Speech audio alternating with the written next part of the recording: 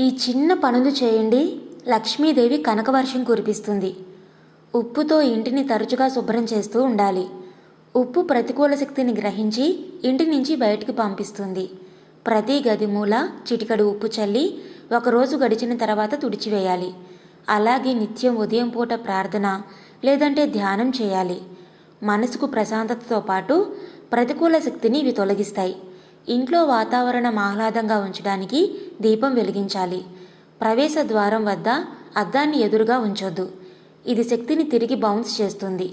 ఇంట్లోకి సానుకూల శక్తి రాకుండా నిరోధించే అవకాశం ఉంది. ఫిష్ ట్యాంక్ లేదంటే వాటర్ ఫౌంటైన్ పెడితే సంపదను, ఆనందాన్ని ఆకర్షిస్తాయి. వీటిలో నీరు సాఫీగా ప్రవహించేలా, శుభ్రంగా ఉంచేలా చూడడం ముఖ్యం. చిందరవందరగా ఉండే ఇల్లు సానుకూల శక్తిని అడ్డుకుంటుంది.